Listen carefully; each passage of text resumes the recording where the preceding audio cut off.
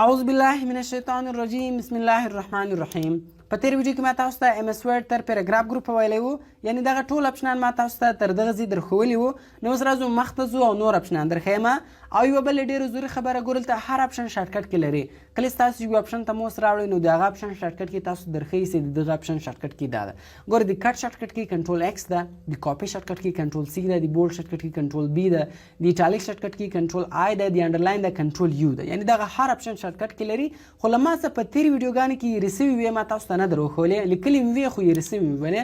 ګوره دغه ټول شارټکټ کې به تاسو لازمي یاد وساتئ. که چیرې تاسو دغه شارټکټ کې په یاد زده کړئ، یاد یې وساتئ، نو بیا تاسو په ایم اس ورډ کې ډېر تیز کار کولی سئ. نو ګوره زه راځم تاسو ته فلحاله د دغه یوې شارټکټ کې فایده درښیم. ګوره اوس د سایز انکریزینګ شارټکټ کې دغه کنټرول شیفټ ګریټر دین ده. کله چې تاسو د یو خط سایز ولټوئ نو ګوره دلته تاسو په دغه غټه ای باندې کلیک کوئ، دلته تاسو سایز ورغټولی سئ. کوم چیرې ورکموئ نو په دا کوچني ای کله تاسو کلیک وکړئ بیرته تاسو سایز ورکمولی سئ. ګوره په کیبورډ کې بیا ډېر اسانه ده، خالي کنټرول شیفټ ګریټر دی نو کنټرول شیفټ ونیسئ، ګریټر دی سایز ورغټوي، لیست دی بیرته سایز ورکموي.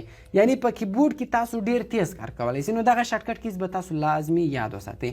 نو راځو مخته ځو اوس له سټایل ګروپ څخه شروع کوو. ګوره په دې کې له موږ سره اول اپشن ده، دا له موږ سره جوړ شوي سټایلونه دي. نو دې لپاره زه راځم یو وارې نوی ډاکومنټ راخلم او فارموله مې استعمال کړله. ګوره دا ټوټل له موږ سره جوړ شوي سټایلونه دي. په خط چې مو هر سټایل استعمالوئ سمپله په هغه سټایل کلیک وکړئ، هغه سټایل به په استعمال سي. نو لاندې بیا راځو ګوره له موږ سره بل اپشن ده کریټ ا سټایل. دلته تاسو خپله سټایل جوړولی سئ. مثال که چیرې تاسو لیټر لیکئ، لیټران لیکئ یا کتاب جوړوئ، په هغه کتاب کې یو سټایل تاسو سره بار بار استعمالیږي. نو کله چې تاسو بار بار هغه سټایل جوړوئ نو ډېر وخت ضایع کوي. نو اوس تاسو هغه سټایل دلته جوړ کړئ، سیوی کړئ در سره، بیا که مو هر وخت په هر ځای هغه سټایل استعمالوئ نو تاسو یې استعمالولی سئ. نو دغه رقم زه راځم دلته خپل نوم لیکم. هر رقم خط تاسو لیکئ هغه خط ولیکئ. اوس تاسو په دغه خط باندې هغه سټایل استعمال کړئ. نو زه مثال هغه سټایل جوړوم. نو دلته زه فلحاله دا سټایل جوړوم، فونټ مې وربدل کړئ، کلر مې ور چینج کړئ. زه غواړم دغه سټایل له ما سره سوي کوم بیا دویمې وارې له ما سره دغه سټایل جوړېده نه غواړئ. خالي تاسو دغه سټایل سلیکټ کړئ، هغه خط سلیکټ کړئ، هغه سټایلي شه. دلته راسئ په دې نشان کلیک وکړئ، بیا راسئ په دې کریټ سټایل باندې کلیک وکړئ. هر نوم چې مې ورکوئ هغه نوم تاسو دلته کې ولیکئ او سمپل باندې اوکې بټن باندې به تاسو کلیک وکړئ. تاسو کتلی سئ ګوره پورته هغه سټایل موږ سره سیو سو. نو اوس یې هر وخت دغه سټایل په هغه خط استعمالوئ، سمپله تاسو هغه خط سلیکټ کوئ، په دغه سټایل باندې کلیک کوئ، نو هغه خط به په هغه سټایل به په هغه خط باندې استعمالیږي. ګوره تاسو کتلی سئ ګوره ډېر اسانه ده، سمپل هغه خط سلیکټ کوئ، هغه سټایل هلته سلیکټ کوئ، نو هغه سټایل به په هغه خط باندې استعمالیږي. نو بیا راځو ګوره په دې کې بل اپشن ده کلیر فارمیټینګ. د کلیر فارمیټینګ په ذریعه سره تاسو کوم سټایلونه چې په دغه خط باندې استعمال شوي دي هغه ټوله ختموي. دغه اپشن ګوره ما تاسو دلته هم درښولی وو، سمپل به تاسو راسئ په کلیر فارمیټینګ باندې به تاسو کلیک وکړئ، هغه سټایلونه ټول ختموي خپل حالت یې. بیا راځو ګوره په دې کې بل اپشن ده اپلای سټایلز ته. دلته هم تاسو په خط باندې سټایل استعمالولی سئ، یا کوم خط تاسو استعمال سلیکټ کړی وي په هغه خط باندې تاسو سټایل استعمالولی سئ. دلته تاسو سمپل د هغه سټایل نوم ولیکئ. ګوره زه ما سټایل په استعمالوم، هغه ما نوم یې کې ولیکئ، انټر مې کړئ. ګوره تاسو کتلی سئ چې هغه ما سټایل په هغه خط باندې استعمال سو. کوم بیرته خپل حالت ته وړئ، سمپل دلته تاسو نورمال کې ولیکئ، انټر یې کړئ، بیرته به ساده حالت ته راسي. او بل ګوره دلته تاسو هغه سټایل ایډیټ کولی هم سئ. مثال ګوره ما سټایل ولیکئ، زه غواړم دغه سټایل ایډیټ کړم. سمپله ګوره په دغه موډیفای بټن باندې به تاسو کلیک وکړئ.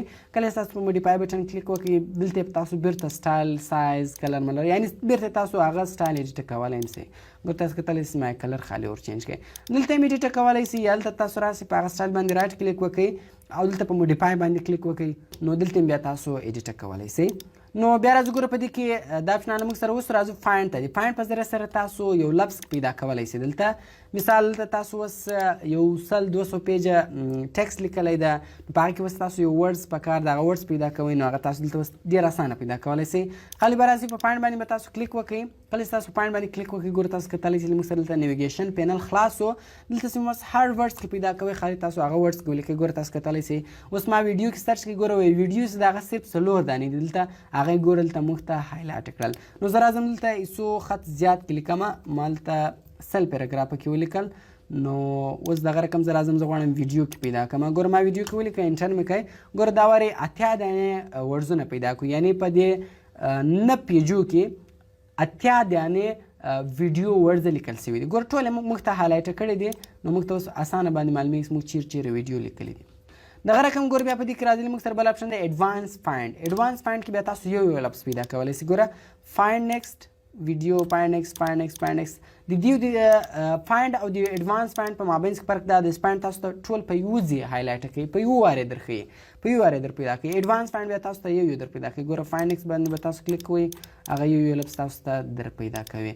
دغه رقم ګوره بیا لاندې راځو په دې کې بل اپشن د ګوټو د ګوټو په ذریعه سره تاسو دلته ډېرو شیانو ته تللی سئ. ګوره ګوټو وټ وایي تاسو چیرې ځئ، پیج و پیج ته ځئ، نو سمپله تاسو د هغه پیج نمبر ولیکئ. ګوره زه اول پیج ته ځم، اول پیج نمبر ورکړئ، ګوټو اول پیج ته بوتلم. زه ورته زه اتم پیج ته ځم، 8 نمبر ولیکئ، ګوټو ګوره اتم پیج ته راوستم. سیکشن ته هم تللی سئ، سیکشن خو موږ نه ده ویلی، مخکې درښیم. لاین خو لا اسانه ده. ګوره زه مثال لاین نمبر 1 ته ځم یا 2 ته ځم، ګوره اوس دویم لاین ته راغلی، زه لاین نمبر 3 ته ځم، ګوره دریم لاین ته راغلی. نو بک مارک ته هم تللی سئ. دغه شیان خو لا موږ تر دا اوسه ویلي نه دي. دا مخته وایي کومنټ، فوټ نوټ، دغه ټول شیانو ته تاسو تللی سئ. نو فلحاله پیج او لاین ته تاسو تللی سئ. دغه نور اپشنونه اوس موږ ته ووایو، نو انشاءالله خپله به مو سر په خلاص سي. بیا راځو ګوره په دې کې له موږ سره ګوټو هم وسو، یعنې ګوټو په ذریعه سره تاسو پیج لاین ته تللی سئ. بیا راځو ریپلیس، د ریپلیس په ذریعه سره تاسو یو لفظ په بل لفظ بدلولی سئ. مثال زه ورته هم د هر داسې ما ویډیو لیکلی ده، دا ویډیو په زه په مووي باندې بدلوم. ګوره فایند ایکس دغه ده، وایي دا بدلی، زه ورته بالکل ریپلیس ما کلم کلیک کړئ، ګوره تاسو کتلی سئ چې هغه ویډیو یې په مووي باندې بدل کړئ. ګوره دا لفظ دا بدلی، اوس ریپلیس بټن باندې کلیک وکړئ، ګوره هغه یې بدل کړئ. کوم چیرې دا لفظ نه بدلوئ، بیا سمپل په دغه نیکسټ بټن کلیک وکړئ، ګوره هغه لفظ یې نه کوي بدل.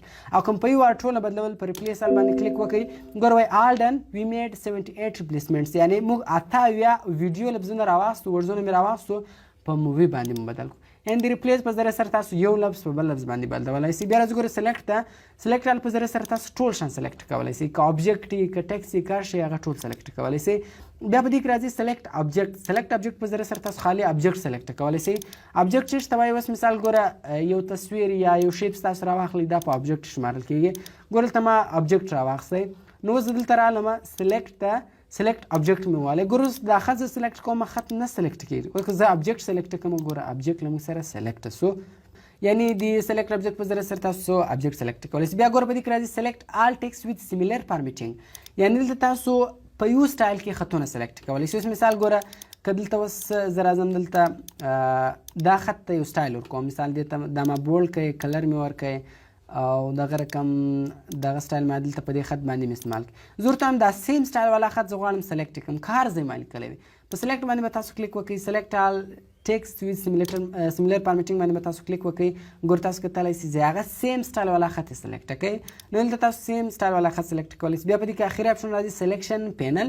سلیکشن پینل تاسو ته دلته دا پینل درکوي. د دې فایده دا ده، دا په شیپو او په تصویرانو باندې استعمالیږي. اوس مثال دلته زه څو شیپونه راخلم، یو مې دا شیپ راواخیستی، او یو مې دا شیپ راواخیستی، یو مې دا شیپ راواخیستی.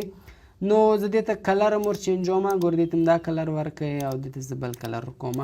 نو اوس دلته ګوره د دې اپشن کار زه درښیم. سلیکشن پینل چې کله هم تاسو کلیک وکړئ، دلته ګوره دا شیپونه تاسو هایډولی هم سئ، شو کولی هم سئ، او بل ګوره دلته برینګ فارورډ یې مخته راوړي، او سینډ بیکورډ یې بیرته شاته بیایي.